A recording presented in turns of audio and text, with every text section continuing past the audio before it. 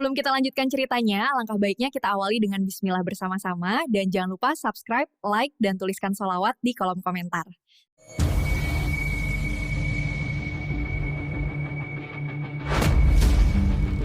Pernikahan Al-Ghazali dan Alisa Daguise jadi sorotan, tapi satu pasangan tak diundang justru mencuri perhatian publik. Siapa sangka, di balik acara intim selebriti papan atas, terselip kisah cinta rahasia antara seorang sinden muda dari Kediri dan seorang bupati dari Tuban. Dari panggung gamelan hingga kursi kekuasaan, dari ketenaran hingga pengorbanan, kisah mereka bikin seluruh Jawa Timur gempar. Berani mencintai dalam diam, berani memilih cinta di atas jabatan.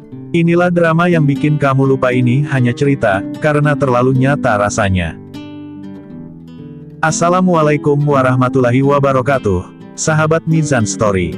Hari ini, kita akan membahas sebuah momen yang menggetarkan jagat hiburan tanah air, sekaligus membawa kisah yang mengharukan dari balik megahnya pernikahan Al-Ghazali dan Alisa Daguise. Bukan sekadar pesta selebritas, namun menjadi latar lahirnya satu cinta yang tak disangka. Maka bersolawatlah di kolom komentar, semoga cerita ini membawa berkah dan syafaat untuk kita semua. Langit puncak sore itu menggantung mendung tipis, seakan menyaksikan dengan hikmat hari bahagia Al dan Alisa. Venue pernikahan dihiasi bunga putih dan anggrek bulan, dengan gamelan Jawa perlahan mengalun menyambut para tamu yang datang satu persatu. Al-Ghazali tampak gagah dalam beskap putih dan belangkon batik, sementara sang bunda, Maya Estianty, menggandengnya dengan anggun, berkebaya cian, rambutnya disanggul penuh melati. Wajahnya tersenyum, namun matanya tampak berkaca-kaca, menyimpan ribuan kenangan sejak Al masih dalam gendongannya. Tiba-tiba suasana berubah ketika iring-iringan mobil hitam berplat pejabat berhenti di depan venue. Petugas keamanan yang berjaga mulai bersiap, protokol segera bergerak. Dari dalam mobil, turun seorang pria bersorban batik Tuban dan jas lurik mewah. Dialah Mas Lindra, Bupati Tuban yang dikenal berwibawa, disambut dengan sedikit bisik-bisik para undangan. Tapi perhatian publik benar-benar tersita saat seorang perempuan muda turun dari sisi lain mobil, mengenakan kebaya klasik berwarna emas pucat dan kain batik Kediri halus. Wajahnya bersih, senyumnya lembut, dan langkahnya ringan namun tegas. Dialah Niken Salindri, sinden muda yang telah memukau dunia maya dengan suara dan kesantunannya. Astagfirullah, itu Niken, kan? Bisik salah satu tamu. Kok bisa dia bareng Mas Lindra? Tambah yang lain. Kamera para media pun spontan mengarah ke mereka, namun secepat itu pula Niken dan Mas Lindra masuk ke venue, dikawal ketat. Hanya segelintir orang yang tahu, kehadiran mereka bukan sekadar menghadiri resepsi, tapi menjadi simbol dari dua dunia yang sedang diam-diam menyatu, budaya dan kekuasaan, tradisi dan modernitas. Sementara Al dan Alisa bersiap untuk prosesi akad, suasana di luar semakin padat. Bastian Steele terlihat hadir, begitu juga Safia, El Rumi, dan Dul Jailani. Namun hanya satu nama yang jadi bahan bisik-bisik kalangan dalam, kenapa Maya Estianty begitu sumringah saat menyambut Niken? Adakah hubungan khusus antara keluarga Al dengan sinden muda itu? Apa arti sebenarnya dari undangan pribadi untuknya? Belum banyak yang tahu, bahwa pernikahan ini bukan sekadar penyatuan dua anak manusia, tapi menjadi panggung rahasia bagi benih cinta yang telah lama tumbuh diam-diam, sebuah kisah yang akan menembus batas panggung hiburan, podium pemerintahan, dan getar hati rakyat Jawa Timur. Dan semuanya bermula, di hari yang disebut sebagai Wedding of the Year ini. Ketika nama Niken Salindri mulai bergaung di antara bisik-bisik para undangan, suasana pernikahan yang sebelumnya tenang berubah menjadi tegang dalam bisu yang tertahan. Kamera-kamera media yang awalnya hanya mengarah ke Al dan Alisa mulai berputar mencari momen tak terduga dari sosok sinden muda asal Kediri dan bupati muda yang selama ini dikenal tegas dan berkelas. Semua bertanya dalam hati, apa hubungan mereka sebenarnya? Di antara cahaya lilin dan wangi melati yang mengambang di udara, Niken melangkah tenang di samping Mas Lindra. Tangannya digenggam lembut oleh sang bupati, seolah mereka bukan sekadar tamu biasa, melainkan bagian dari cerita besar yang sedang ditulis Tuhan di tengah megahnya pesta. Tak ada kata yang mereka ucapkan di depan umum, tapi tatapan mereka berbicara lebih dari cukup. Tatapan yang hangat, tenang, tapi menyiratkan kisah panjang yang belum diungkap.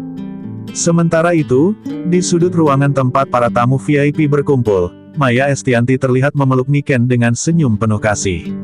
"Akhirnya kamu datang juga, sayang," ujar Maya, seolah menyambut anak sendiri. Sebuah ucapan yang membuat salah satu tamu penting, istri pejabat dari Kalimantan Timur, terkesiap dan berbisik ke suaminya, Maya seperti kenal dekat. Apa mereka punya hubungan khusus? Tak banyak yang tahu bahwa Maya pernah mengundang Niken tampil di salah satu konten YouTube-nya, dalam rangka pelestarian budaya Jawa. Namun saat itu, pertemuan mereka berlangsung begitu singkat, meski berkesan. Setelahnya, kabarnya Mas Lindra lah yang menghubungi Maya, menyampaikan keinginan menghadirkan Niken ke lebih banyak panggung nasional. Tapi dari komunikasi budaya, benarkah ada cinta yang tumbuh di antara sang pejabat dan sinden? Niken, meskipun dikenal santun dan rendah hati, hari itu tampak berbeda. Ada cahaya dalam wajahnya yang sulit dijelaskan.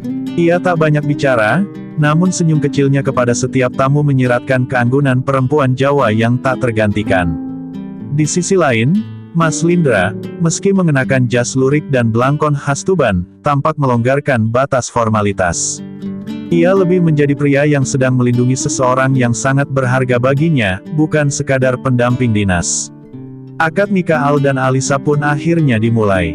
Semua mata kembali terarah ke panggung utama, namun tetap saja ada sudut-sudut ruangan yang tak henti melirik ke arah pasangan misterius itu.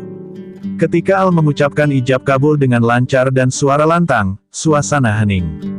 Namun, di antara tamu-tamu itu, sepasang mata Niken, berkaca-kaca. Entah karena terharu melihat pernikahan indah itu, atau karena dalam hatinya sendiri sedang berkecamuk dengan pertanyaan, kapan aku bisa merasakan momen ini, bersamanya. Di luar venue, beberapa awak media yang tak berhasil masuk mulai menulis berita berdasarkan potret yang bocor. Judul-judul clickbait mulai bermunculan, dan satu nama baru yang sebelumnya asing di dunia infotainment, kini mulai merambat ke layar utama, Niken Salindri, sinden viral yang datang bersama sang bupati.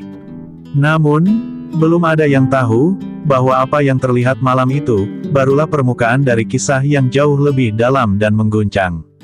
Beberapa bulan sebelum nama mereka menjadi sorotan dalam pernikahan Al-Ghazali, suasana di Pendopo Krido Manunggal Tuban kala itu dipenuhi alunan gamelan dan tembang-tembang Jawa klasik. Acara malam budaya diselenggarakan besar-besaran dalam rangka hari jadi Kabupaten Tuban, dan Niken Salindri, yang saat itu tengah naik daun di media sosial, menjadi bintang utama. Gaun kebayanya sederhana, namun ketika suara sindennya mengalun syahdu membawakan kinanti sandung, seluruh pendopo seakan diam, hanya menyisakan satu getar, di dada seorang pria yang duduk di barisan depan, Mas Lindra. Kala itu, Mas Lindra terpaku. Ia bukan hanya mendengar suara Niken, ia seperti dibawa pulang, ke masa kecilnya di rumah nenek yang penuh dengan suara radio RRI memutar langgam Jawa, kekenangan tentang ibunya yang dulu juga sinden kampung sebelum menikah dengan ayahnya yang seorang lurah. Malam itu, suara Niken bukan hanya nada, tapi nostalgia, luka, dan harapan. Seusai pertunjukan, ia meminta ajudannya mengatur pertemuan empat mata dengan sang sinden muda. Hanya 5 menit, katanya. Namun 5 menit itulah awal segalanya. Di ruang tamu belakang pendopo, Niken duduk dengan penuh hormat. Matanya menunduk, namun tidak takut. "Saya hanya sinden, Pak Bupati. Terima kasih sudah mengundang saya ke Tuban," katanya dengan bahasa halus. Mas Lindra tersenyum, "Justru saya yang berterima kasih, karena panjenengan membangunkan ruh budaya kami yang hampir tertidur." Percakapan itu singkat, tapi hati yang semula diam kini mulai berdetak, dan tidak bisa berhenti. Sejak pertemuan itu, Mas Lindra sering menyelipkan nama Niken dalam setiap agenda budaya. Ia berdalih untuk pelestarian budaya lokal, namun di balik itu, ia mulai menikmati kehadiran Niken sebagai sosok yang membuatnya merasa manusia. Tak lagi sekadar pejabat, tak lagi dihimpit tanggung jawab, tapi lelaki biasa yang bisa tertawa, menunggu balasan pesan, dan merasa rindu. Sementara Niken, meski sempat bingung, tak bisa membohongi hati yang diam-diam tumbuh di sela-sela jadwal pentas dan panggilan panggung. Di luar pengetahuan publik, keduanya mulai dekat. Namun karena status Mas Lindra sebagai pejabat daerah yang diawasi banyak mata, dan Niken sebagai perempuan muda yang dijaga nama baiknya oleh keluarga dan para penggemarnya, hubungan mereka dijaga dengan sangat hati-hati. Tidak ada foto berdua, tidak ada komentar mesra di media sosial. Semua disimpan dalam senyap, tapi justru dalam diam itu, cinta mereka mengakar dalam. Hingga akhirnya undangan pribadi dari Maya Estianty datang ke ponsel Niken. "Saya mau kamu hadir di pernikahan anak saya. Akan ada tamu-tamu penting. Anggap ini panggung baru untukmu, bukan sebagai sinden, tapi sebagai tamu istimewa." Begitu isi pesannya. Dan tanpa disangka, Mas Lindra juga mendapat undangan serupa. Mereka berdiskusi, haruskah tampil bersama di hadapan publik, untuk pertama kalinya. Dan setelah hening beberapa saat, Mas Lindra hanya berkata, "Kalau hari itu jadi saksi bahagianya Al dan Alisa, biarlah juga menjadi awal dari keberanian kita." Kini semuanya telah terjadi. Mereka tampil bersama. Tatapan demi tatapan sudah mengalir deras. Tapi siapa sangka, di balik kemegahan pesta dan senyum para selebritas, ada dua hati yang sedang berperang antara harapan dan kenyataan. Karena yang mereka hadiri bukan hanya pernikahan orang lain, tapi juga mungkin pertanda, apakah mereka siap melangkah ke pelaminan mereka sendiri. Ketika ijab kabul menggema dengan suara mantap dari bibir Al-Ghazali, suasana berubah hening. Semua kepala menunduk, sebagian meneteskan air mata, dan senyum bahagia mengembang dari wajah-wajah orang tua dan sahabat. Tapi di sisi kanan ruangan, tepat di barisan undangan VIP, seorang perempuan muda menggenggam jemarinya sendiri begitu erat, tak lain adalah Niken Salindri, yang sejak tadi hanya bisa memandang prosesi itu seolah melihat takdir yang belum menyapanya. Di sampingnya, Mas Lindra duduk tenang dengan wajah diplomatis, namun telapak tangannya yang basah oleh keringat dingin berkata lain. Hatinya gundah. Ia tahu bahwa hari ini bukan tentang mereka, namun segala kemegahan pernikahan ini justru membuka ruang-ruang sunyi dalam hatinya sendiri, tentang masa depan yang terus mereka tunda, tentang perasaan yang terus disembunyikan di balik status dan jabatan. "Ya sah," ujar penghulu dengan suara mantap, diiringi riuh takbir dan tepuk tangan yang bergema. Mata Niken berkaca-kaca, bukan karena iri, bukan karena luka, tapi karena ia merasa hari itu, untuk pertama kalinya, ia benar-benar dihadapkan pada bayangan hidup yang ingin ia jalani, bersanding di pelaminan, disaksikan keluarga, diiringi gamelan dan doa-doa. Ia tidak membayangkan gaun atau perhiasan mewah, hanya satu, tangan yang menggenggamnya, dengan tenang dan tulus. Tapi, kapan? Maya Estianty yang duduk tak jauh dari mereka sempat melirik, menyadari air mata yang diam-diam mengalir di pipi Niken. Dengan lembut, ia menepuk tangan gadis itu dan berbisik, "Kamu cantik hari ini, seperti pengantin sesungguhnya." Ucapan itu menghujam jantung Niken, membuat dadanya sesak menahan gelombang emosi. Maya tahu, lebih banyak dari yang orang lain kira. Sementara itu, Mas Lindra tampak menatap ke pelaminan. Dalam benaknya, ia mendengar suara ibunya, mendiang Nyai Ningsih, yang dulu sering berkata, "Jangan pernah menunda hal yang membuat hatimu tenang." Dan hari ini, justru dalam pesta orang lain, ia merasa paling kehilangan ketenangan. Ia menoleh perlahan ke arah Niken, dan untuk sepersekian detik, mata mereka bertemu. Tak ada kata, tak ada senyum, hanya isyarat, bahwa mereka berdua tahu, sudah terlalu lama mereka berjalan dalam diam. Setelah acara akad selesai dan pasangan pengantin bersuah foto, para tamu mulai bergerak menuju area intimate dinner. Tapi sebelum beranjak, Mas Lindra sempat membisikkan sesuatu ke telinga Niken, pelan namun penuh getaran, "Kapan kita bisa berhenti menyembunyikan ini semua?" Niken hanya menunduk, bibirnya gemetar. "Aku juga lelah," jawabnya lirih. Di antara denting sendok dan gelas kristal, di tengah cahaya lampu remang dan bunga segar yang memenuhi ruangan, dua hati itu duduk dalam keramaian tapi terasing dari semua. Dan di sanalah letak drama sesungguhnya, bukan pada pernikahan megah, bukan pada gaun indah atau tamu kehormatan, melainkan pada dua manusia yang sedang mencari jawaban, apakah cinta yang mereka pelihara diam-diam, layak diperjuangkan di hadapan dunia. Beberapa hari pasca pernikahan Al-Ghazali dan Alisa, media sosial gempar.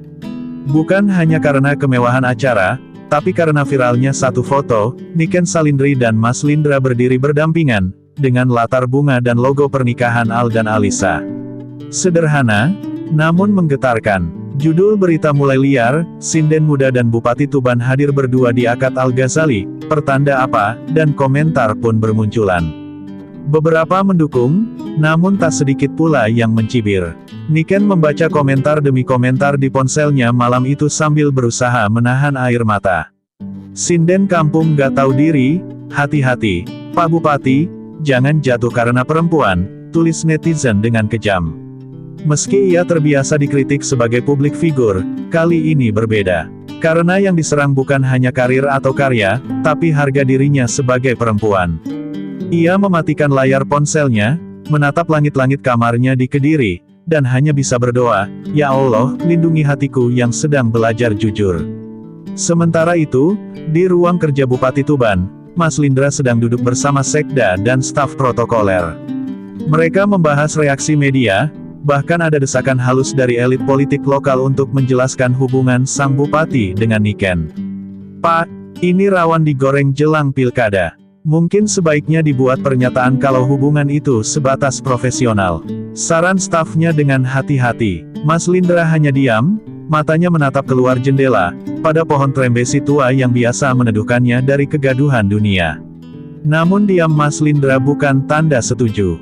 Ia tahu dunia politik kejam, tapi hatinya tak sanggup menjadikan Niken sekadar nama yang harus dilenyapkan demi citra. Ia lalu berkata pelan namun tegas, "Kalau orang-orang menuntut aku memilih antara cinta dan jabatan, barangkali sudah waktunya kita ubah cara bermainnya. Aku bukan aktor panggung. Aku manusia, dan aku cinta dia." Ruangan hening. Tak seorang pun berani menjawab. Di sisi lain, Maya Estianty pun tak tinggal diam. Ia membuat unggahan singkat di Instagram Story, "Tidak semua yang datang ke pelaminan orang lain itu sekadar tamu. Kadang, mereka sedang belajar keberanian. Jangan hakimi cinta yang belum sempat bicara." Unggahan itu langsung viral. Netizen mulai bertanya-tanya, apakah Maya mendukung hubungan mereka? Apakah ini pertanda akan ada kabar besar? Niken, meski dihantam ombak kecaman, mulai merasa ada angin lembut yang menyejukkan luka batinnya. Ia mulai menulis lirik tembang sendiri, tentang cinta yang tak pernah minta izin, tentang dua hati yang berdiri di antara ridho dan resiko. Tembang itu ia rekam dengan gamelan lembut, lalu dikirim diam-diam ke Mas Lindra. Judulnya, Sastra Asmara Ingkahanan Kuwatir. Hanya satu kalimat yang ia tuliskan di pesannya, "Aku belum menyerah, asal kamu juga tidak." Dan malam itu, di ruang kerjanya yang kini hanya diterangi lampu meja, Mas Lindra memutar tembang itu. Suara Niken mengalun lirih, namun setiap nadanya seolah mengikat hatinya lebih dalam. Ia menutup matanya, dan dalam diamnya, ia tahu satu hal, cinta ini sudah bukan lagi urusan perasaan. Ini sudah menjadi ujian iman, harga diri, dan keberanian. Dan ia tak boleh lagi mundur. 1 minggu setelah akad nikah Al-Ghazali dan Alisa, suasana Taman Kaju di kawasan Cilandak kembali tenang. Namun di sudut taman yang dulu digunakan untuk siraman sang mempelai wanita, pagi itu tampak dua sosok berjalan perlahan. Mereka menolak kamera, menolak sorotan, Niken Salindri dan Maya Estianty. Pertemuan ini bukan sembarang silaturahmi. Ada yang belum selesai antara mereka. Sesuatu yang lebih dalam daripada sekadar undangan pernikahan. Maya duduk di bangku taman yang dikelilingi bunga Kamboja Jepang, mengenakan setelan santai namun elegan. Niken, yang awalnya ragu, duduk di sampingnya. Untuk beberapa detik, mereka hanya diam. Angin mengayun ranting-ranting kecil di atas kepala mereka, seolah menunggu siapa yang lebih dulu membuka rahasia.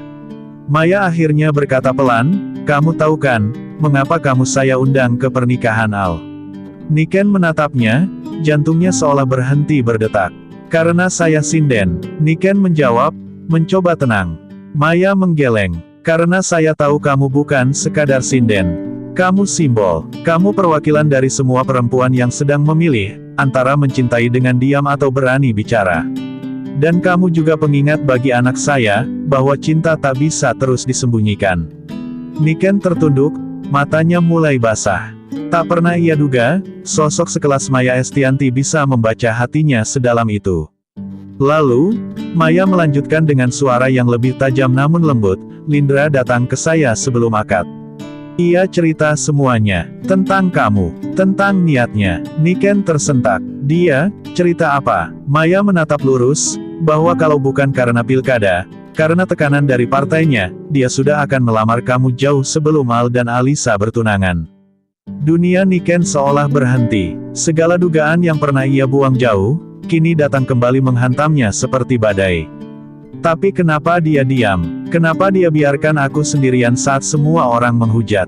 Suara Niken pecah. Maya menggenggam tangannya, karena Lindra sedang belajar menjadi laki-laki yang bukan hanya berani mencintai, tapi juga berani menanggung resiko atas cintanya. Di balik semua ketenangan Mas Lindra, ternyata ada pergolakan yang begitu besar. Dan hari itu, Niken akhirnya mengerti, bukan dia yang ragu, tapi dunia yang memaksa mereka untuk takut. Sebelum berpisah, Maya memberikan Niken sebuah amplop. Ini bukan uang, ini undangan. Bukan pernikahan, tapi pembuka jalan. Di dalamnya ada kontak seseorang yang bisa membantumu bicara ke publik, dengan caramu sendiri. Lewat tembang, lewat panggung, lewat budaya, Niken membuka amplop itu dan mendapati nama produser besar acara budaya nasional di dalamnya. Maya menatapnya dengan senyum penuh makna. Kalau kamu ingin Lindra bertahan di sampingmu, biarkan masyarakat tahu siapa kamu sebenarnya. Bukan lewat berita gosip, tapi lewat panggung yang kamu kuasai. Saat Niken berjalan meninggalkan taman itu, ada gemetar dalam langkahnya. Bukan karena takut, tapi karena beban yang selama ini ia tanggung perlahan mulai berubah menjadi kekuatan. Kini ia tak lagi sendiri. Ia punya panggung, ia punya suara, dan yang terpenting, ia punya keyakinan bahwa cinta yang disertai keberanian, pasti akan menemukan jalannya sendiri. Gedung Teater Taman Ismail Marzuki malam itu penuh sesak. Acara tahunan Gema Budaya Nusantara disiarkan langsung ke seluruh Indonesia. Namun ada satu penampilan yang dinanti banyak orang lebih dari yang lain, Niken Salindri, sinden muda asal Kediri, yang disebut-sebut dekat dengan seorang bupati muda dan kini sedang dikepung gosip serta fitnah. Tapi yang orang-orang tak tahu, malam itu, Niken tidak sekadar tampil, ia akan menyampaikan isi hatinya. Di balik panggung, Niken berdiri mematung di depan cermin. Busana kebaya hijau lumut dengan selendang emas menghiasi tubuhnya. Sanggul kecilnya dihiasi cunduk mentul dan roncean melati. Namun sorotan matanya bukan lagi mata seorang remaja, melainkan seorang perempuan yang siap bertarung dengan dunia demi harga diri dan cinta. Maya Estianti mengirim pesan malam itu, ingat, kamu bukan pembisik penguasa. Kamu suara rakyat yang tahu mencinta tanpa takut. Kata-kata itu menjadi mantra di dada Niken. Ketika lampu panggung meredup dan suara gamelan mulai mengalun, hadirin terdiam. Niken melangkah ke tengah panggung, tubuhnya ringan, tapi hatinya berat. Ia membuka penampilannya dengan gending ciptaannya sendiri, Asmaraning Janji Singka Sedih. Suaranya lembut namun menusuk, setiap baitnya seolah berbicara langsung ke hati siapapun yang menyaksikan. Layar di belakangnya menampilkan bayangan dua sosok, perempuan dengan selendang dan laki-laki dengan beskap abu. Tak ada nama, tak ada kata, tapi semua tahu, ini kisah mereka. Liriknya mengandung luka dan harapan. Dudus liramu seng salah, nanging wektulan pakulinan sing durung kasing nyawiji. Bukan engkau yang salah, melainkan waktu dan keadaan yang belum bersatu. Penonton terisak, beberapa bahkan berdiri, memberi tepuk tangan panjang saat bait terakhir mengalun dengan suara bergetar. Yen tresnaku kuduta sepenake, aku ora bakal pisah soko panggungan iki. Jika cintaku harus kupikul sendiri, maka aku tak akan mundur dari panggung ini. Sementara itu, di Tuban, Mas Lindra menonton penampilan itu dari ruang tengah rumah dinasnya, sendiri. Saat kamera menyorot wajah Niken dari dekat, ada sorot tekad yang membuat matanya memanas. Ia berdiri pelan, lalu membuka jas dinasnya, menaruhnya di kursi, seakan melepaskan beban-beban formalitas yang selama ini menahannya. Malam itu ia membuat keputusan. Cinta yang takut pada suara, tak akan pernah hidup, bisiknya lirih. Begitu penampilan selesai, ruang teater meledak oleh standing ovation. Wartawan berebut mengambil gambar, tapi Niken tidak berkata sepatah kata pun. Ia hanya menangkupkan tangan di dada, menunduk, dan turun dari panggung, meninggalkan jejak suara yang tak bisa dibungkam. Hari itu, bukan hanya publik yang tersentuh, tapi seluruh Jawa Timur gempar. Bukan karena skandal, Tapi karena keberanian seorang sinden muda yang memilih bicara dengan cara yang paling luhur, lewat budaya. Sore itu langit Tuban redup, seperti menahan hujan yang belum sempat tumpah. Di halaman belakang rumah dinas Bupati Tuban, berdiri pohon trembesi besar yang telah berusia puluhan tahun. Di sanalah Mas Lindra menunggu, mengenakan batik lurik sederhana, tanpa pengawalan, tanpa tanda kehormatan. Tangannya menggenggam sepucuk surat dari partainya, tekanan untuk menjaga nama baik, ultimatum untuk menjauh dari kontroversi bernama cinta. Tapi di hatinya, hanya ada satu suara yang terus menggema, tembang Niken malam itu. Langkah kaki kecil terdengar mendekat. Niken, dengan kerudung sederhana dan wajah yang letih namun tenang, muncul dari balik pagar samping. Mereka saling menatap dalam diam, dan untuk pertama kalinya dalam waktu yang lama, dunia seolah berhenti. Pohon trembesi menjadi saksi bisu dua jiwa yang telah berjuang melewati fitnah, prasangka, dan tekanan sosial. Tak ada panggung, tak ada penonton, hanya mereka dan kenyataan yang harus dihadapi. Aku wis tampil, mas, orang nganggo prasangka, orang nganggo tameng. Aku ngomong nganggo suaraku dewe. Aku sudah tampil, mas, tanpa prasangka, tanpa tameng. Aku bicara dengan suaraku sendiri. Niken membuka percakapan dengan suara bergetar. Mas Lindra mengangguk pelan. Dan aku wis mutuske, jabatan bisa diganti, citra bisa dibangun ulang. Tapi yen aku ilang awakmu, aku ilang diriku. Dan aku sudah putuskan, jabatan bisa diganti, citra bisa dibangun ulang. Tapi kalau aku kehilangan kamu, aku kehilangan diriku. Niken tersenyum getir. Apa sampean yakin, mas? Jalan iki ora gampang. Rakyat iso ngadili, partai iso ninggalke. Opo sampean siap? Apa kamu yakin, mas? Jalan ini tak mudah. Rakyat bisa mengadili, partai bisa meninggalkan. Apa kamu siap? Mas Lindra tak menjawab. Ia hanya menggenggam tangan Niken, mengarahkannya ke dada kirinya. Sing tak pilih, iki. Yang ku pilih, ini. Detak jantungnya menguat di balik telapak tangan Niken. Mereka tak perlu banyak kata lagi. Langit Tuban akhirnya menangis pelan. Gerimis turun seperti restu dari semesta. Di bawah trembesi itu, Mas Lindra berlutut, tak dengan cincin, tapi dengan selembar kertas bertuliskan, pengunduran diri sebagai Bupati Tuban. Ia menatap Niken dengan mata yang penuh keberanian. Aku pengin ngelayani rakyat, tapi aku ora pengin ngorbane awakmu. Yen aku kudu mulai ulang tanpa jabatan, aku isih gelem, asal anak kowe. Aku ingin melayani rakyat, tapi aku tak mau mengorbankanmu. Kalau aku harus mulai dari nol tanpa jabatan, aku rela, asal ada kamu. Niken menangis, tapi bukan karena sedih. Air matanya adalah jawaban paling jujur dari semua doa-doa yang pernah ia panjatkan. Mereka berdua berdiri dalam hujan ringan itu, tak bergerak, tak bersembunyi. Kamera wartawan yang diam-diam menangkap momen itu tak membuat mereka mundur. Justru sebaliknya, mereka kini siap menghadapi dunia, karena mereka sudah saling memilih dengan hati yang telanjang. Hari itu, pohon trembesi tak hanya menjadi saksi janji cinta, tapi juga saksi keberanian dua manusia yang memilih untuk jujur, meski harus membayar dengan dunia yang mereka kenal. Dan sejak hari itu, kisah mereka bukan lagi rahasia. Ia menjadi legenda baru, tentang sinden muda dari Kediri dan mantan Bupati Tuban yang memilih cinta, bukan kuasa. Bukan karena mereka lemah, tapi justru karena mereka terlalu kuat untuk terus berpura-pura. Dan begitulah akhir dari kisah yang menggetarkan hati. Ketika panggung seni bersatu dengan panggung kekuasaan, dan cinta diuji oleh sorotan, jabatan, hingga fitnah, Niken Salindri dan Mas Lindra membuktikan bahwa yang terpenting bukanlah siapa yang paling kuat, tapi siapa yang paling berani untuk jujur. Dalam dunia yang serba pencitraan, mereka memilih keaslian. Dalam dunia yang gemerlap dengan pesta dan kekuasaan, mereka memilih kesederhanaan cinta yang tulus. Dan di bawah pohon trembesi tua itu, mereka tak hanya menemukan satu sama lain, tapi juga menemukan kembali diri mereka sendiri. Karena cinta sejati, tak selalu hadir di pelaminan selebriti, tapi kadang bersemi dalam diam, dan tumbuh dalam keberanian. Terima kasih sudah menonton kisah ini hingga akhir. Semoga kisah ini bisa menghibur, menyentuh hati, dan menjadi refleksi bahwa dalam hidup, kita semua punya panggung masing-masing yang harus kita pilih dengan hati nurani. Jangan lupa untuk subscribe channel Mizan Story, tulis sholawat dan komentar kalian di bawah.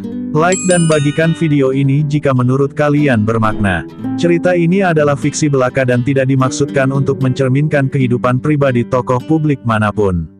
Semua nama, tempat, dan peristiwa dalam cerita ini digunakan sebagai unsur dramatik semata untuk hiburan dan inspirasi. Jika ada kesamaan nama atau kejadian, itu murni kebetulan belaka. Sampai jumpa di kisah berikutnya hanya di Mizan Story. Karena setiap suara, berhak punya panggungnya. Wassalamualaikum warahmatullahi wabarakatuh.